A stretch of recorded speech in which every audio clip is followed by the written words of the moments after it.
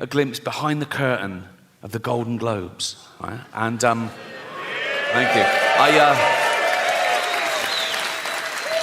I last hosted the Golden Globes in 2020. It was the 5th time over a 10-year period, and I liked them more and more, and the last one was my favourite, because the world changed in that 10 years. You know, like the first time I hosted them in like 2010, the press of America, they hated me. Right? Who is this annoying Brit insulting the most important people on the planet? By the last time I hosted, they were like, yeah, go on, fuck them. Fuck them, right? Because ordinary people had got sick and tired of being lectured by these multi-millionaire, nothing wrong with that, these liberal elite entertainers telling them how to vote and how to recycle, when everyone knew they were getting free jet rides to Pedo Island. So it really hit the zeitgeist. But it was always the same deal. Whenever they said, do you want to host? I said, yeah, I'll host. I said, but I'm going to write all my own jokes, which was unheard of, apparently. I said, I'm going to write all my own jokes, and I'm not going to rehearse, so you can't hear the jokes beforehand, and you can't cancel any. And they let me do that. I did have to show a lawyer the jokes about an hour before to make sure I hadn't broken any laws, and I never had, because I know the law. Sometimes the lawyer would go, are you sure you want to say that? Right? And I go, is it legal? They go, yep, technically. I go, let's do it. Right? I've never had a joke stopped by the Golden Globes. That says something about them, to be fair, right? So, anyway, thank you. This last time, they said, oh, you've got to see the lawyer the day before now. I went, okay, great. So I was driven to the Beverly Hills Centre, and they're all setting up, right? And the photos of the A-listers are all in their chairs. I go, oh, there's Brad, there's... like that, right? And I got to the end, and I went, that's it. And they went, good. I went, oh, great. I went, yeah. And then the head lawyer, he was about 60 years old, he had like white hair. He went, oh, yes, there was one thing. Now, I did this joke, I don't know if you remember. It went, the world got to see James Corden as a fat pussy. He was also in the movie Cats, but no one saw that. And it goes on, at one point I go, but Dame Judi Dench said it was the role she was born to play, because she loves nothing better than plonking herself down on the carpet, lifting her back leg, and licking her own minge. Right? So, this lawyer went, he said, this is all true, by the way. He went, when you say James Corden is a fat pussy, that's just referring to his role in Cats, right? I went, yeah. Yeah, definitely. And he went, okay, great. I thought, this is easy. I wanted to go, call yourself a lawyer, right? And that was it. And I went, have a great show. And I left. And as I was leaving, I saw one of the other lawyers lean in and show this head lawyer his iPhone. And the head lawyer went, oh, yeah. He went, oh, sorry, Ricky, can you come back a minute? Right, so I'm there. I went, yeah. So he had the phone there. They'd looked up the word minge. I thought I'd gotten away with it, right? So it's now like I'm getting told off. And the head lawyer said, now it says here that the word minge is a derogatory term for female genitalia. I went, well, yeah, it's a slang word for vagina in England. You don't even use it here, do you? He went, no, we don't, but we go around the world, and with due diligence, now we know it's derogatory, we'll have to bleep that word live. I went, don't bleep the word, like, because people at home won't know what I've said. It'll ruin I said, it's literally the punchline. He said, if it's derogatory, I said, well, what word could I use that you wouldn't bleep? And he went, well, you could say vagina. I went, I'm not saying vagina, right? Nothing funny about it. It's so clinical. I was thinking, Judi Dench at home going, why is he talking about my actual vagina, right? I said, minge isn't like that. It's like, it's not so specific, because vagina's so, where's your vagina? There, right? Where's your minge? There. It's like, then one of the younger lawyers went, what about box? I went, I'm not fucking saying box, mate, right? So imagine looking at her own box, right? I said, minge is perfect. I said, people won't know what, if they're American, they won't know it. I said, it's not offensive. It's like, I said, kids use the word in England. Right? They weren't having it. So I said, what about flange? Right? So they looked up the word flange, right? And he went, well, that'd just be confusing, because in America, a flange is a part of a sink unit. I went, oh, well, I said, please let me say minge and don't bleep it. I was really rooting for minge, right? It was like 12 Angry Men. I go, no one's leaving till I can say minge. Right? And after about 10 minutes, I wore them down. Whatever they said, that won't work. So I was going, please. I said, I'll write them. You won't get any complaints and all this sort of. And eventually, the head lawyer went, okay, you can say minge. I went, and you won't bleep it. He went, no, we won't bleep it. I went, you promise? He went, yes. And I left. I knew they would.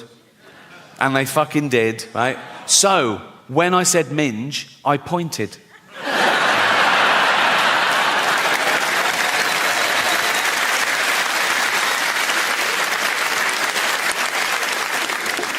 The most frequently asked question I get about the Golden Globes is always, was someone so angry about what you said about them? They came up to you afterwards and I always go, oh God, no. I wouldn't even say if that had happened, because I don't like gossip, to be honest, right? There was one guy I thought took it the wrong way, right? It wasn't a bad, the cameras went to him, and I'm not in control of the cameras, so I think he was caught in the headlights. It was Elton John, right?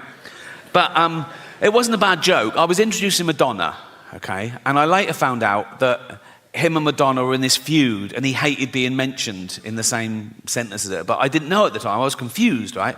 And it wasn't part of the monologue, but I'm there for like 3 hours, right?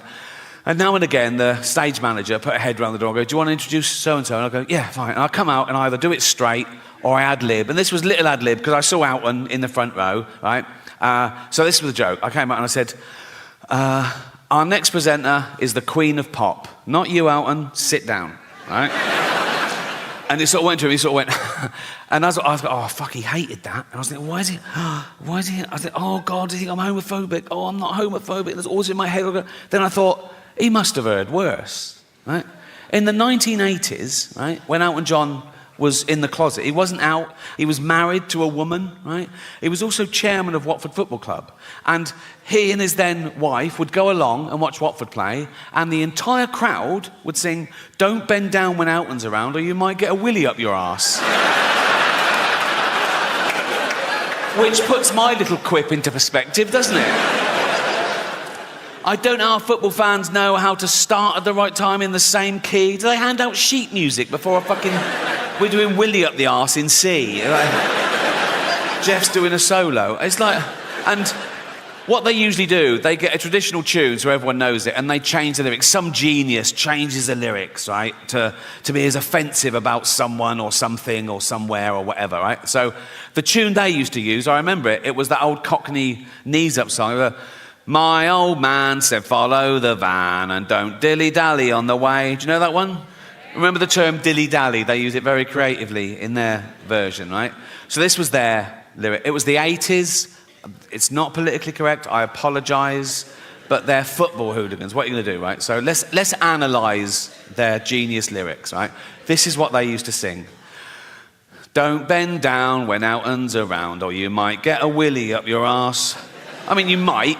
Not necessarily his, but, you know, like mathematicians amongst you would have to go, yeah, there's a slight... Like, if 1,000 people bent down when Elton was around, one of them might randomly... Someone might come off a bicycle and go, sorry, like that, and they go, oh, fuck, and the scientists will go, 1. Do you know what I mean? There's a slight... Also... When Elton's around, that's ambiguous. That could fit, like, you could have 2 gentlemen having anal sex in a hotel room, right? And then the next day they find out that Elton John was staying in the next room. They go, oh, I got a willy up the arse when Elton was around, you know? I'll give them that. Anyway. Don't bend down when Elton's around or you might get a willy up your arse. He has the nerve to call us dear. We all know he's a fucking queer. Sorry, right? And it goes... He dallies and dillies. They've reversed it. Why? He dallies and dillies. He plays with people's willies. Okay, I don't know what play with means in this context. It could be like, wow. It could be anything, couldn't it? Wow. I thought you were going to suck it. No.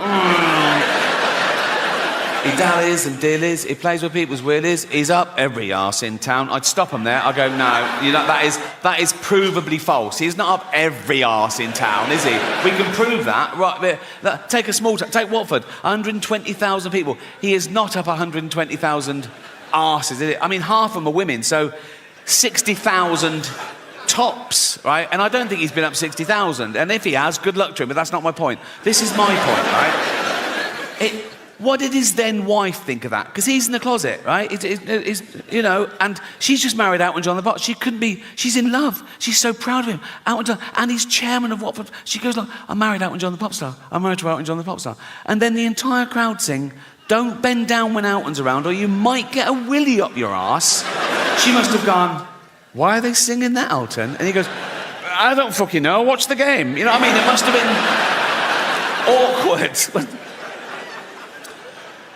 Well, that's nearly it for me, but I've just, I said earlier, I've never had a joke stopped by the Golden Globes, and that is absolutely true, but I've just remembered a joke that I stopped myself, because I bottled it a bit, and I think I was being overcautious. I want to share it with you, right? So, I got the chance to introduce Jason Momoa. Do you know who Jason Momoa is? Yeah, right? So I thought the meta joke would be to show my hypocrisy and my cowardice. Like, I'm okay to slag off actors, who's scared of actors, but when it comes to a big dude, right, I'm not so brave. So I was going to go, I've got nothing bad to say about our next presenter, because he's got a cock like a baby's arm, right?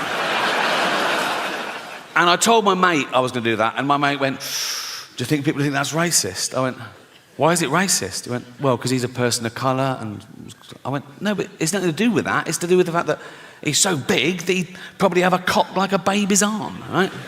So I didn't do it. And I had a great follow-up as well. I'll tell you the whole thing. This is the whole thing. This is what I was going to do, right? Right. So I go out and go, I've got nothing bad to say about our next presenter because he's got a cock like a baby's arm. Unlike Peter Dinklage, who's got an arm like a baby's cock.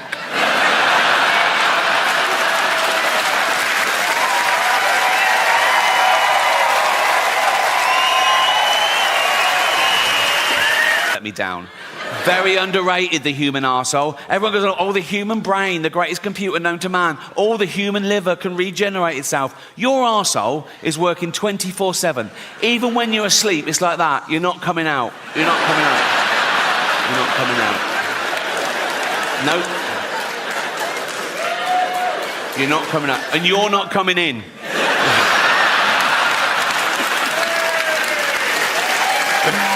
Oh. Because it's like a sewer in there, isn't it? But you've got a lovely little manhole cover. Think of that in real life. Walking along a pavement, it's lovely pavement. If that burst, and you know what's in a sewer, don't you? Piss and shit and cum and dead goldfish and fetuses. In China, just the girl ones. Relax.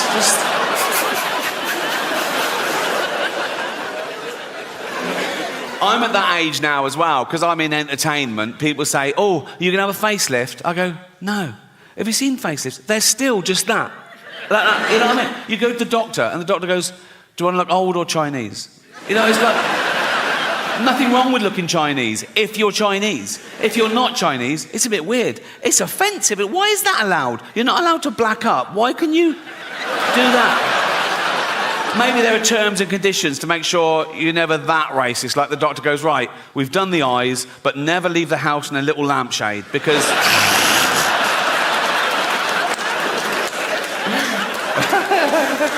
Oh, so childish. It's so childish. But I hope you agree it was a positive show. It wasn't about death, it was about life. And some people are so worried about dying, they forget to live. And some people are so scared to do something. Oh, no, that's dangerous, that's dangerous. All the most fun things are dangerous. Roads are dangerous.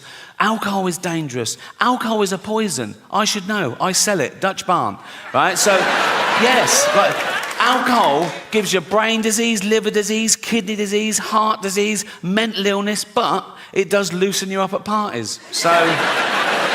Think of all the babies born through alcohol, yeah. Many of them deformed if the mother carried on drinking. But the good thing about being born deformed is, you... Hear me out. The good thing about being born deformed is you can start drinking at a much younger age and no one gives you... Do you know what I mean? You see a normal kid drinking, you go, you little bastard. You see a deformed kid drinking, you go, yeah, go on. You know what I mean? You know what I mean. You're 8 or 9, you've had 27 painful operations, you've met Ollie Murs, have a drink, you know. Well, As you can see, I run out of quality material. Ape. And some people on social media get annoyed when I say we're apes, you know, religious types, Americans. One bloke said to me, "Speak for yourself, dude, I ain't no ape." And I sent back, "Well, you are, because we're all apes." He went, "Nah, what's a gorilla ever done? We've walked on the moon." I sent back, "What do you mean we? You've done fuck all. You've spelt moon wrong." It's weird, isn't it, when people take credit for the sort of rest of the species, because that's what's pushed civilization forward, you know, a few geniuses along the way. Like, there's 8 billion people on this planet. Most of us do nothing. We eat shit and die. Like, if there was a meteor heading towards Earth to definitely destroy it, 4 billion people would get down on their knees and pray to their particular god, and a few hundred scientists would work out how to get Bruce Willis up there to stop it. It's an odd concept, praying, for me. I can't work out how God decides. All those people praying at once for different things. Is it like best idea wins? Or is it a democracy? Like he puts things at each issue, he goes, right, votes for and against, you know. If it's a democracy, we're in trouble. We're a tiny nation. Like, next time there's a flood warning in the West Country, if we're all going, oh, I hope everyone's okay. If the whole of China is going, yeah, fuck Bristol. There's 1 billion of them. Oh, yeah. More about China later.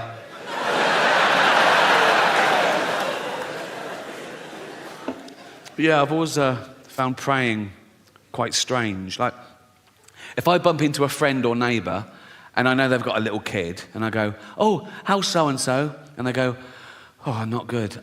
He's in intensive care. We don't know if he's going to pull through, but I pray every night. What I do as an experiment,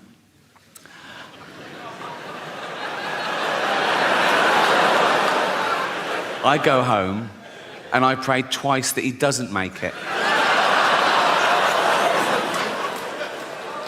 I don't do that. Years old as Homo sapiens. We've been around as hominids for a few million years, and of course, along with every other life form that exists at the moment, we've been evolving for 3.5 billion years. Everything that exists at the moment all came from the same little blob of organic matter 3.5 billion years ago. That's why it annoys me when people say, oh yeah, humans, we're the most evolved. We're not the most evolved. We're no more evolved than the slug or the snail. People go, oh, come on, look at them. Yeah, they got it right early doors. Nature keeps testing them. Do you want eyes? No. Not really. No. I have noticed one thing about the slug and the snail. Let's not split hairs, let's be honest. The snail is basically a slug with a shell on it, isn't it, right? But if you pull the shell off the snail, it starts giving it all, oh, I'm dying. And the slug is like, welcome to the real world. 35, 40, if you're lucky. You're born, you grow, you mate, you're playing with your kids, you get a cut, you go, oh, what's that, dead? Right? But now with antibiotics and medicine, we've pushed that forward. A child born today can expect to live to about 100. And scientists said soon that'll be 120. And science also said that in the near future, there's no reason with proper care and attention that human beings won't regularly live to 150 years old, which is amazing until you remember that we get a set number of brain cells, right? Which we only lose. You can't get them back. So in the future, there's going to be 15 billion people on the planet, you know. Half of them are going to be over 100, and they're all going to have Alzheimer's. It's going to be like Dawn of the Dead. It's going to be fucking horrible. You know? My auntie died of Alzheimer's. I don't know how you die of Alzheimer's. She forgot to live. Right? And for the last couple of years, she was in her home, and my cousin, her only kid, used to visit her like once a week, and it got more and more depressing because soon she didn't recognise him, and then she didn't know who she was, or you know, and then she died.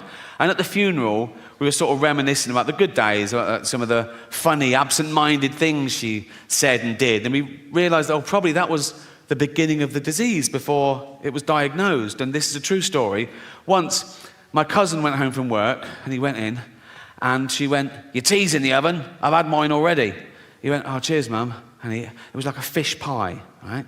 He ate the fish pie, and he went, oh, God. And he ran upstairs, vomited, went back down and went, Mum, the fish is off, I've just been really sick. And she said, yeah, it made me really sick. Not your grandparents. They grew up dodging bombs and their firstborn having polio and the menfolk dying at 50 of lung disease. They could take a fucking joke, right? It was all about the wind-up. I used to wind up my mum all the time. This is a true story. When I went off to university, after about a week, I phoned home. My mum answered. She went, hello? I went, it's Ricky. She went, you all right? I went, not really. I'm in hospital. I think I'm blind. She went, what? I went, no, I'm only joking. Right? She went, you silly bugger. She went, I could have had a heart attack, right? And she's right, she could have had a heart attack. And I knew that. That's how committed I am to having a laugh. Gervais, duh. Yeah. And they're sad that their baby's got AIDS, but they're sort of laughing along. Ah, Armageddon, ha. And it gets to that bit, baby's got AIDS. And she goes, oh my God, Jeff, why are they all laughing at us and our baby with AIDS? And Jeff goes, well, they're not laughing at us per se. She goes, well, they are. They've named us and everything. They're literally laughing at us in this bit.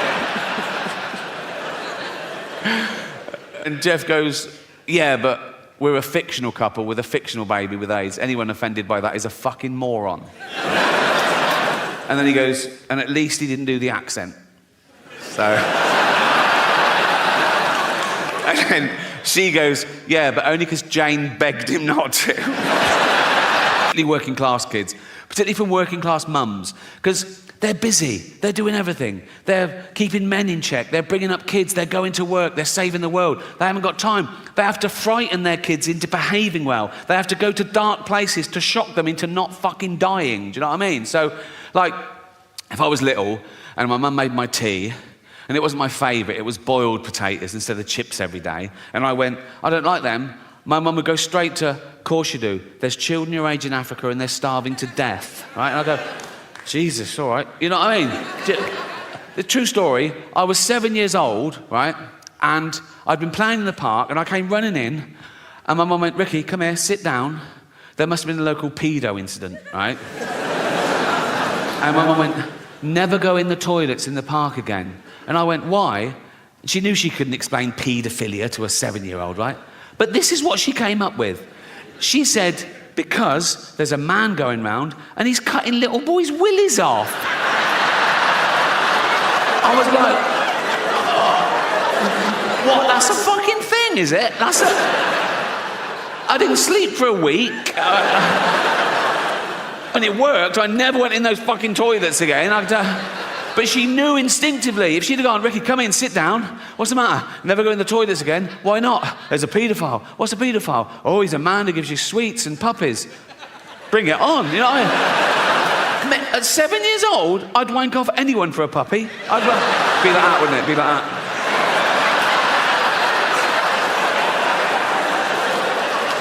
Gonna get a puppy here. I'm getting a puppy. I'm getting a puppy. Gonna get a puppy, eh? Oh, fucking hell. Oh, I cannot do it left-handed at all. Fucking hell, come on. Have you been drinking? Oh, Jesus Christ. Come on. Fucking hell. Oh.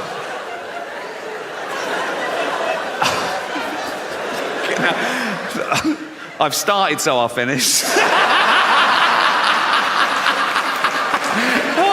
Oh, fuck me. Oh, what sort of puppy is it? A what? A Labrador? Throw in a kitten, I'll give you a blowjob. I'll go over that. Kitten, puppy, come. Of people murdered in the Holocaust, and he films them coming into a Jewish cemetery, and they each leave a stone on the grave to represent their family members that were murdered, and it builds up, and it's very moving. And so I think I get the ambiguity. Does it have a sad ending? Yes, in the sense that 6 million Jews pointlessly lost their life, but no, in the sense there was still enough left over to build a little rockery. So...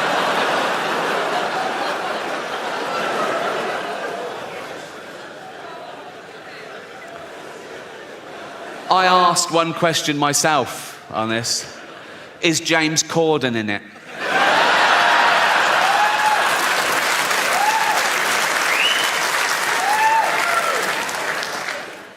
I did look at one other film briefly, Titanic, right? And it's got all the same sort of questions. And the one where it goes, are any animals harmed? Someone answers, there were no explicit scenes of animals being harmed, but Rose did have a goldfish, which probably didn't make it. I think the goldfish in the bowl on the sideboard when the boat hits the iceberg, and he's all like that, right? And people are running around going, we're going in the water. And he's all smug then, and he's going, don't worry about it. Oh no, not water. Then he gets in the sea and he goes, it's very salty, isn't it? It's very salty.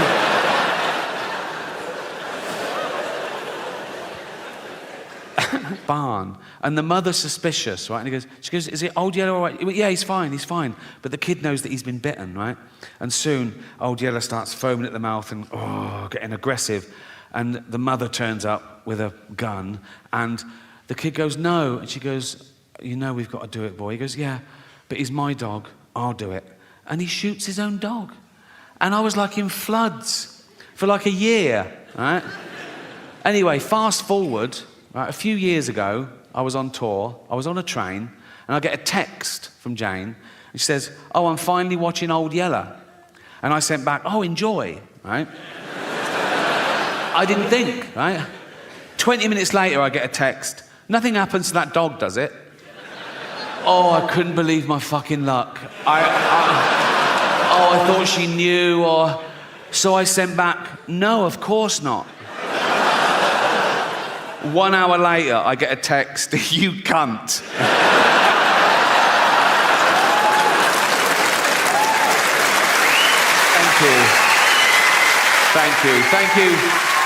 Thank you very much. Cheers. Thanks to everyone who bought a ticket. If you bought a platinum ticket, the money goes to an animal charity, and you've raised $2 million so far, so thank you so much. I even get a bit of stick about that on social media. There's always someone who goes, why do you only speak up for animals? And I go, well, because they haven't got a voice of their own except parrots. And I think that's why we don't eat parrots. Everyone around the world eats every other type of bird, don't they? Everyone in the world eats fucking chickens and ducks and geese and turkeys and ostriches. No one eats parrots. Do you know why? If you go and try and eat a parrot, it goes, fuck off, you cunt. So speaking up really does work, right? And that has sort of been one of the themes of the show, because I know in the real world, in normal jobs, everyday life, you get in trouble. People tell you off for saying certain things or thinking certain things or even laughing at certain things, right? They say you're bad for laughing at that. And some of you take it to heart. You go, oh my God, am I a bad person? No, you're not. One, you can't choose your sense of humour. You can't, it's involuntary. And two, that's exactly what humour is for, to laugh at bad shit, to get us through it, right? And...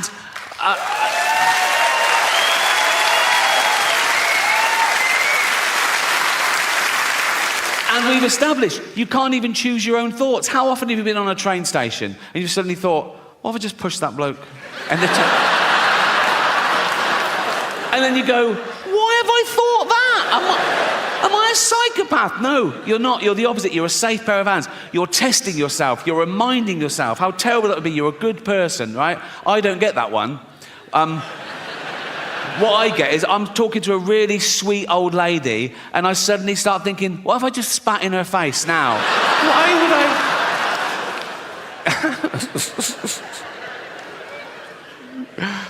I? Another theme of the show has been words change and I'm woke, haha. But here's the irony.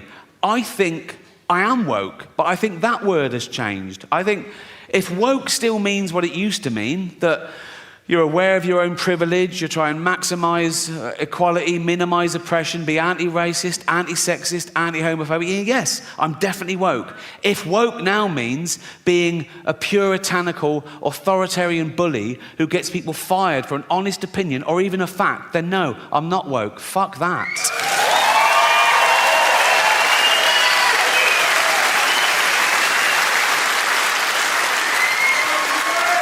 But here's the deal. To each their own, laugh at whatever you find funny. All laughter's good and you're amazing. Good night. That's in our evolution. That's group selected from when gossip used to control the tribes, right? And there's still two ways you can raise your status in society. One, be competent at something. Like, oh, he's a good hunter, go with him. He's good for the tribe. The other way you can raise your status is have virtue. Like, oh, he's not a great hunter, but he's wise or kind or whatever, you know. And then with the advent of social media, people suddenly discovered they could just say they were virtuous. No evidence, no proof, just loads of flags in their bio, right? And they would raise their status by bringing other people down, catching other people out. Oh, look what he said. Oh, he's not as virtuous as me. Look how good I am. Look how bad. And that's where the term virtue signalling comes from, right? And I hate it when they bring their kids into it. You can believe what you want, have opinions what you want, vote how you want, but go on a march, great. But when I see a 5-year-old holding a placard, he doesn't know what that says. That's the adult, you know. Like I saw someone tweet this once. Someone tweeted, my 4-year-old just looked up at me and said, Mummy, why does Rishi Sunak hate poor people? Never fucking happened, right? But the most annoying thing about virtue signalling is it's people being smug about having the morality of the age. You're what you're like because of where you are and when you are. Like, it's not brave of me to be an atheist in this country, in this year. It would have been brave 200 years ago, or mental. And it'll be brave in some other countries, or mental, right? But people say things like, oh, I'm anti-racist. Yeah, well done. We all are. We know that's the way to be now, but it wouldn't have always been. Well, if you'd have been born in a different place or time, maybe you wouldn't. They go, no, I'd been anti-racist whenever I was born. Well, people say things like, they go, oh yeah, I'd have definitely hidden Anne Frank. Would you? Would you? Anne Frank comes to your door in the war, right? You open it, right? There's Nazis everywhere, right? She goes, can I hide in here? You go, what up? Just face-palmed Anne Frank, like that. Whoa, wait. What happens if they find you? They murder me and you. Go next door. They've got a lovely big attic, they've got a typewriter, you're gonna... over there. But I'm anti-racist, of course I am. But I'm willing to admit that if I'd have been born 300 years ago and I was white and wealthy, I'd have probably have owned slaves. Because I'd be nice to them, so shut up, right? I'd be the best slave owner you've ever fucking... No, I'd dress mine well, I'd dress my slave... Yeah, I would. I'd dress mine in little suits, right? I'd go throw those dungarees away, put a little suit on all the other slaves looking at it, I go, you fuck... And I go, right, let's go to the pub, boys. Right? And all the white people will go, you can't take your slaves to the pub. I go, fuck you, fascist. They're my slaves, I'll do what the fuck I want with them. We go in the pub, the barman will go, you can't bring them in here. I go, fuck, we're going to the saloon bar as well. We got little suits on it. I go, you look good in your suits, boys. Wear socks. We wear socks. I go, I'm buying the drinks, put your money away. You haven't got any money, but you know what I mean? And then we just having a laugh, teasing each other, just bants. Like, if one of them got a bit too familiar, I would have to punish him, just to keep the status quo. If he called me gammon or something, which is the only racial slur allowed now, isn't it? That's fine. You can call a white person a gammon. It's fine for some reason. You can even be ageist. You go, you fucking old gammon, and it's totally acceptable for some reason. But I'm going to reclaim the word. You know, like black people have reclaimed the N-word, I'm going to reclaim the word gammon. So I'm going to be in Carluccio's in Hampstead, right, with all my white friends, and we'd just be hanging going, how you doing, McGammon, right? And if our black friend, Rupert, I said it was Hampstead, if Rupert came in and went, McGammon, I go, you don't fucking use that word. Do you know what I mean? Like, whatever it is, the remote control for the TV, working fine. Go back to it. What's happened in the last fucking 10 seconds? What? The phone signal where I live in Hampstead is shit. I walk around the mansion going, can you hear me now? And if you make a phone call in the lovely cobbled streets of Hampstead, you can have 5 bars, having a chat, lovely. Well, you go one step in the wrong direction. Do you know why the phone signal's so shit in Hampstead? Because everyone's posh there.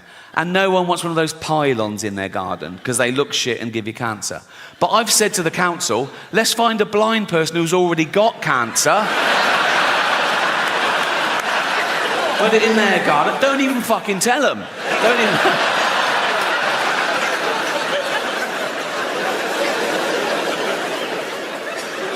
But never mind inanimate objects, people annoy me the most. Oh, I say this once a day as well. I go, there's always someone who fucking ruins it. Do you know? Like, what? We were on a flight to San Francisco a while ago, me and Jane, right? We took off, right? First class, seatbelt signs, ding, drinks are served, lovely. Then this woman, about 2 rows back, she gets out her laptop, she starts banging out something really important. She's wearing fucking bangles. They're like smashing a... It's driving me... It sounded like fucking Morris dancing, right? It was driving me... But I know it's not illegal, you know, I can't go over bangle police, so I just have to suffer in silence and hope we crash.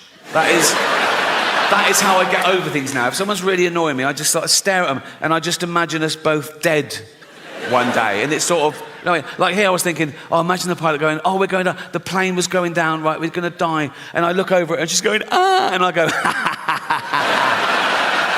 and then the plane just smashes into a mountain and we're all fucking burnt. But I live 1 second long enough just to look over and see her totally fucked. Whatever gets you through, you know?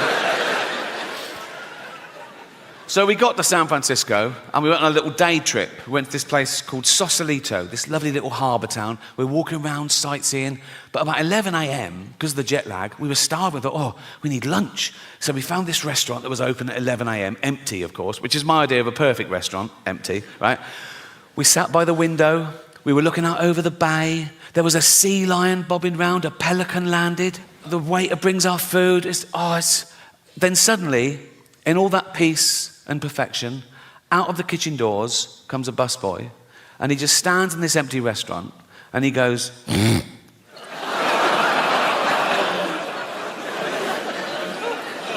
I looked at him, I looked at Jane. Jane didn't even look up. She just went, nothing we can do. Like that. So I'm all alone, right? And the sweat starts. I just get a sweat, right? I go, okay, he's going to do it again. He's going to do it again. Sure enough, I bang my fork against the plate and I just look at him like that. And Jane goes, he doesn't know why you're staring at him. I go, I want him to know. I want him to go, you okay? I go, not really. You know, you keep doing that, right? Jane goes, for heaven's sake, he's a busboy. He's at work. Let's just eat and go. So meal ruined, right? And I wasn't allowed to do anything, right? So this is how I got through the last 10 minutes of that meal. It's absolutely true, right? I'm eating. Every time he went, I went, cunt!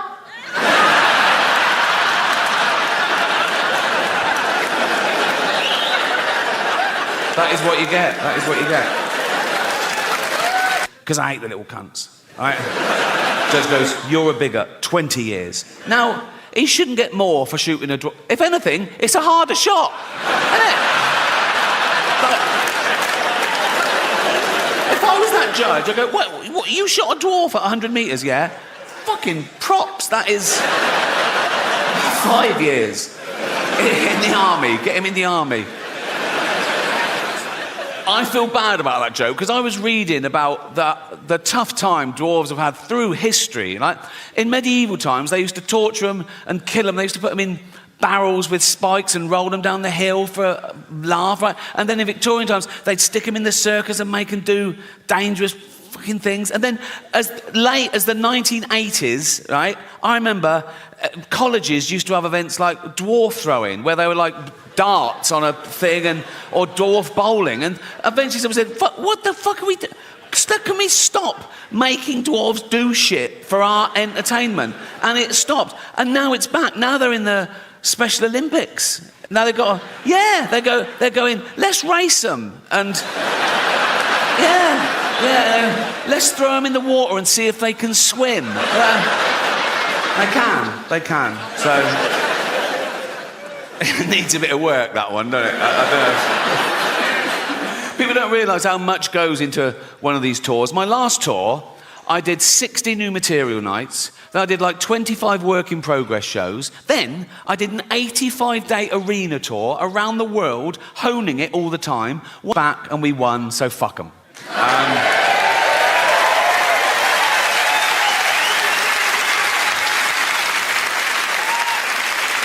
Until the next time. They haven't gone away, they're just licking their wounds. They'll be back with something madder.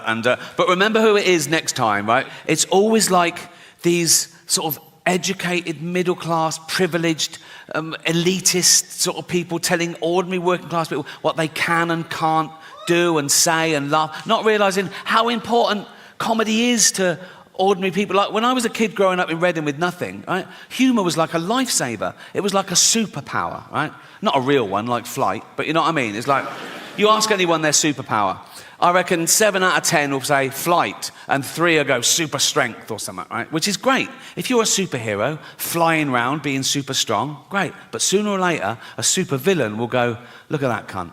I'm gonna get him and murder him, right? My superpower, they wouldn't even know it was me. They wouldn't even know there was a superpower being used. And it would get you out of any situation. My superpower would be the ability to make anyone instantly shit themselves. Think of it. You're getting mugged at knife point. They go, give me your wallet. You just go, they go, fuck. Oh, fuck. Game over. It's game over. Why do you like London so much, Rick? Because you get a round of applause for not shitting yourself. Right. But that's the next phase now. I reckon it's the next 10 years that I will. But as of now, my arsehole has never let me down. Very underrated, the human arsehole. Everyone goes, oh, the human brain, the greatest computer known to man. All the human liver can regenerate itself. Your arsehole is working 24/7. Even when you're asleep, it's like that. You're not coming out. You're not coming out. You're not coming out. Nope. You're not coming out. And you're not coming in.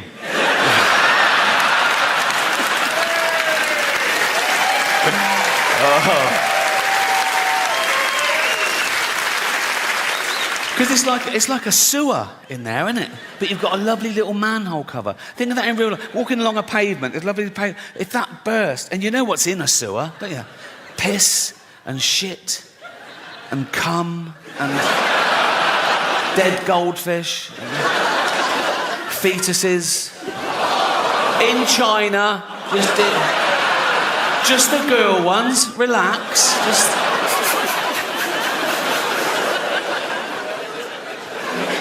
I'm at that age now as well, because I'm in entertainment. People say, oh, you can have a facelift. I go, no. Have you seen facelifts? They're still just that. Like that. You know what I mean? You go to the doctor, and the doctor goes, do you want to look old or Chinese? You know, it's like, nothing wrong with looking Chinese if you're Chinese. If you're not Chinese, it's a bit weird. It's offensive. Why is that allowed? You're not allowed to black up. Why can you do that? Maybe there are terms and conditions to make sure you're never that racist. Like the doctor goes, right, we've done the eyes, but never leave the house in a little lampshade, because...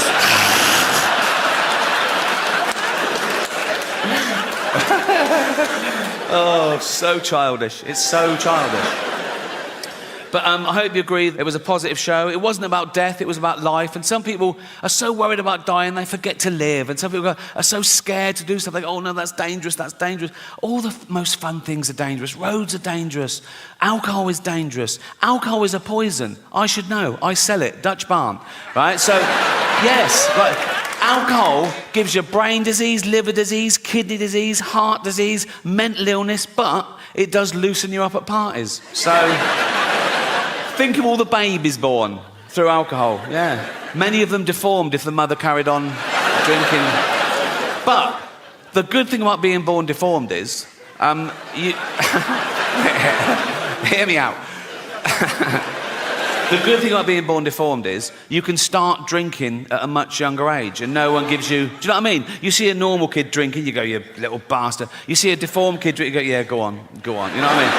You know what I mean. You're 8 or 9, you've had 27 painful operations, you've met Ollie Murs, have a drink, you know.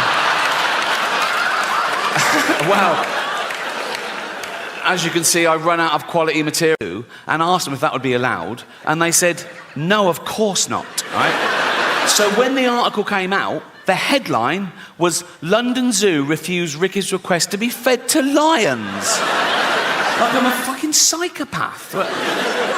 My point is, you can't worry about what happens after you die. Don't live your life, let someone else worry about it. You're dead, you've done your bit, right? I know some people who really are stressed about what happens after they die, some religious people, and they believe in heaven and hell and all that. So now they're getting a bit, oh, have I been good enough? I mean, great, heaven's great, but hell, God, what if I go to hell? And I go, there's no hell. It's made up to frighten kids. Like, my favourite horror film of all time is still the original Exorcist, right? First time I saw it on VHS, right? I was blown away. I watched it again straight away. I loved it, right? And there's a bit in that that's meant to be the really poignant bit. And I laughed the first time I saw it because it was the idea of the devil being this crass and childish. You know the bit. So, the little girl's possessed by the devil, and they're doing an exorcism, and they're throwing holy water on it. She's hissing, right? They're going, the power of Christ compels you. The power of Christ compels you. And at one point, the devil makes the little girl turn her head round, and he makes her say, your mother sucks cocks in hell. Right? And the bloke, she said, he's devastated. He's like, because he's thinking, oh, that's the real devil. So he knows, so it's true, my poor mother sucking cocks in hell, right? If scientists actually found the devil, I was wrong. They found the devil, they tested him, it was peer-reviewed, it won the Nobel Prize for fucking everything, because it'd be the greatest discovery of all time, right? And I'd look at the science, I'd be mind-blown, but I'd go, well, you've got to follow the science. So, you know, yeah, I believe in the devil. I wouldn't even be belief, it would be knowledge. I'd want to meet him. If the devil actually existed, I'd want to see it for my...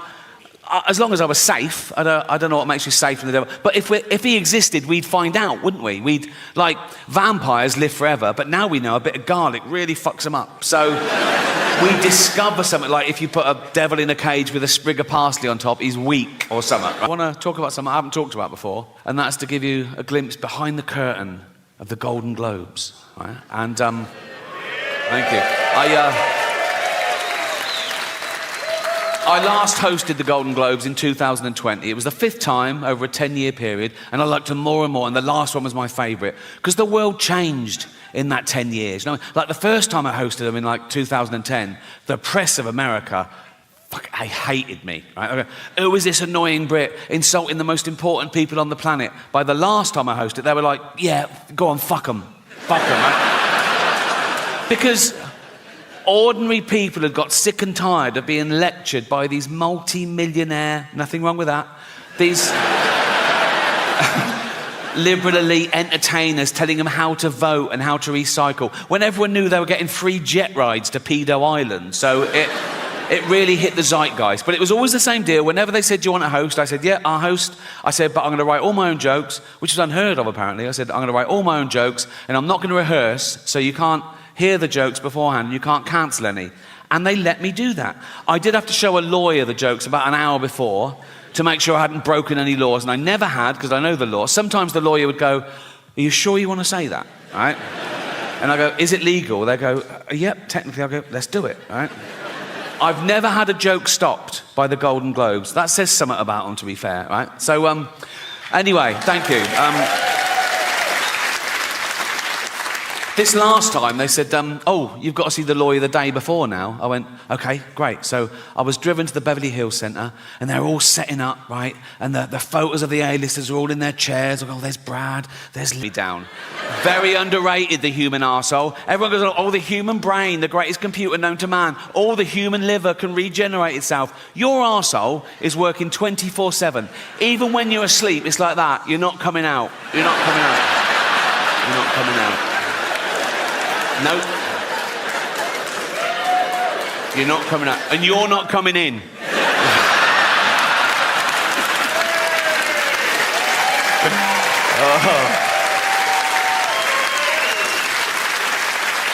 Because it's like a sewer in there, isn't it? But you've got a lovely little manhole cover. Think of that in real life. Walking along a pavement, it's lovely pavement. If that burst, and you know what's in a sewer, don't you?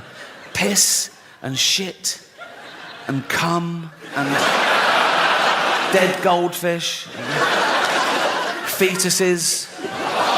In China, just the girl ones, relax.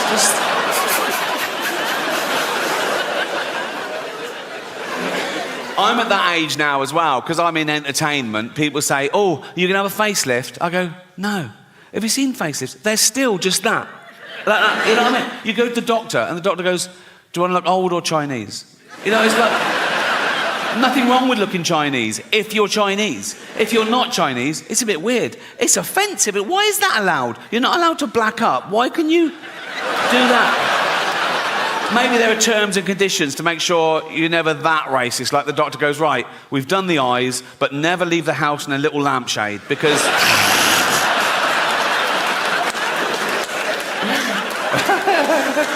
Oh, so childish. It's so childish.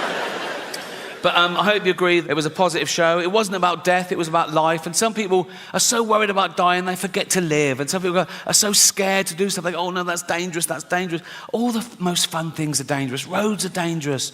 Alcohol is dangerous. Alcohol is a poison. I should know. I sell it. Dutch barn. Right? So, yes. Right. Alcohol gives you brain disease, liver disease, kidney disease, heart disease, mental illness, but it does loosen you up at parties. So... Think of all the babies born through alcohol, yeah. Many of them deformed if the mother carried on drinking. But the good thing about being born deformed is, you...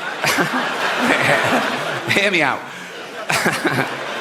The good thing about being born deformed is you can start drinking at a much younger age and no one gives you... Do you know what I mean? You see a normal kid drinking, you go, you little bastard. You see a deformed kid drinking, you go, yeah, go on. You know what I mean?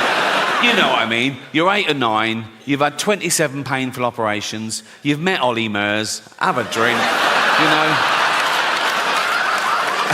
Well, as you can see, I run out of quality material. The worst serial killers. And he was... like one of the worst ever, but he didn't act like a serial killer, right? He was a GP, he was old school, he had a little shirt and tie, little tweed jacket, little beard, little glasses. He'd do house visits, he'd go on to see Edna, 85. You all right, Edna? Yeah. Do you want a cup of tea? Yes, please. And he'd make Edna a lovely cup of tea, right?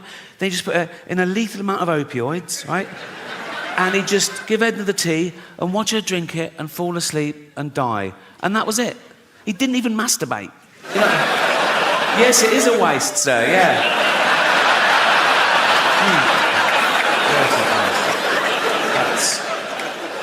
And they reckon he got the idea when he was a little lad, Harold Shipman, little Harold Shipman. He watched his mum dying of lung cancer, being given morphine, and somewhat triggered him. He thought, I'll grow up, become a doctor, and I'll do this. I don't know whether it means that he liked the way the morphine got his mum out of pain. So these were like mercy killings, like, you know, reliving the kindness, or the opposite. He was jealous of old people who lived longer than his mum should have, so he was punishing them. I don't know, doesn't matter. Actually, it does matter, because if you can really understand why someone does something like that, you might spot the signs in the future and stop a crime before it happens. You know, I always think that when there's a school shooting in America, right, it's usually some emo, right, who goes into a kindergarten, kills about 30 toddlers, turns the gun on himself, right? And all the eyewitnesses, they always say the same thing. They go, oh, he was a loner, he sat at the back, he was shy, he was bullied. Let's round those cunts up now. Do you know what I mean? It's like, go into a school, see who the bully's smashing up, right? Go, I'll take it from here, mate, thank you, right? And drag that little dweeb off to Borstal or jail or so. Go to the bully, go and find another one. You know what I mean? He's doing a great job, but we need more. But they're beating up future child killers.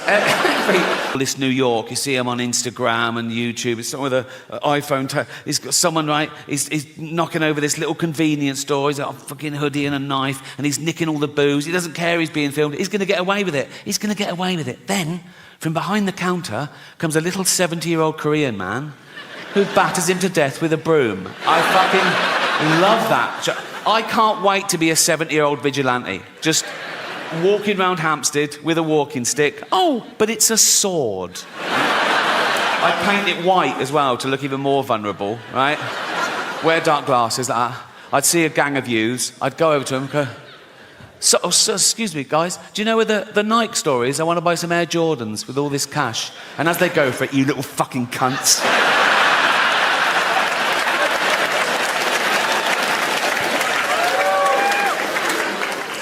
But the death penalty is not like that, is it? It's not in self-defense, it's not in the heat of the moment, it's cold justice, you know? Don't matter what you've done, you could have murdered people, you know? You stand trial, they find you guilty, they put you on death row, sometimes for 10, 15 years, which seems unnecessarily cruel, and then they murder you in front of witnesses. And it's from the Bible. An eye for an eye, a tooth for a tooth. The state says you murdered someone, so we're going to murder you. But if you rape and murder someone, you still only just get murdered. That's a loophole, isn't it? That's like... That smacks of misogyny to me. That's like the judge going, the rape was free, but we're going to... You know what I mean? Just once, I want the judge to go, right, you raped and murdered someone, so you're going to be taken from here to a place where you'll be hung by the neck and raped. What, at the same time? Yes, yes. We got loads of volunteers with dildos, right? So he sort of goes down, fuck off, fuck off.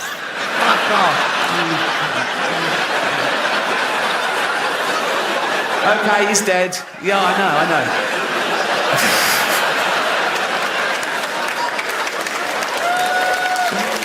Oh. It might work. But the longer you live, the grumpier you'll get. It's not just going to happen to me, it's going to happen to all of you. Because the longer you live, the more shit you see. And you go, oh, fuck, this again, right? And the more burden you carry. And the older you get, the weaker you get, so the burden gets heavier. And you go, oh, God, this again. And you can't die nowadays. I mean, you go, oh, thank God, I'm dying. Oh, fuck, I'm back. You know what I mean? They can transplant every organ now. Whatever's got... Transplant every organ. Not your brain. That wouldn't make sense. You are your brain. So that would be an everything else transplant, wouldn't it? But I'd sign up for that. I don't care about this. It's to get this round. If I could leave £1 million to science, so when I died, suppose when I died, my body's crushed, killed instantly, but my head's intact. They keep that on ice, wait for a body donor. Some poor bloke gets his head crushed, put my head on his body, and I'm back. I know. Statistically, I will get a bigger penis as well, so...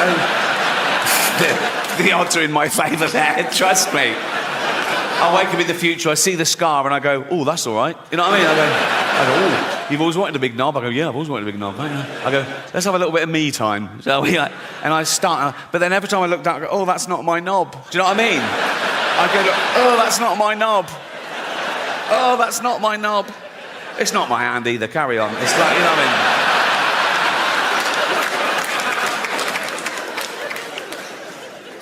I was doing an interview a while ago.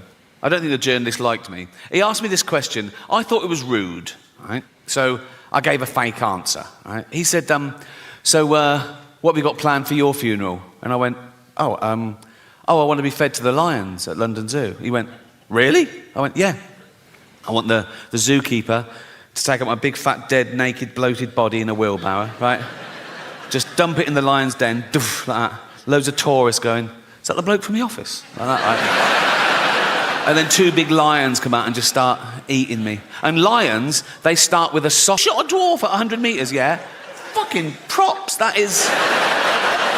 5 years. In the army, get him in the army. I feel bad about that joke, because I was reading about the tough time dwarves have had through history. Like, in medieval times, they used to torture them and kill them. They used to put them in barrels with spikes and roll them down the hill for a laugh, right? And then in Victorian times, they'd stick them in the circus and make them do dangerous fucking things. And then as late as the 1980s, right, I remember colleges used to have events like dwarf throwing, where they were like darts on a thing, or dwarf bowling. And eventually someone said, what the fuck are we doing?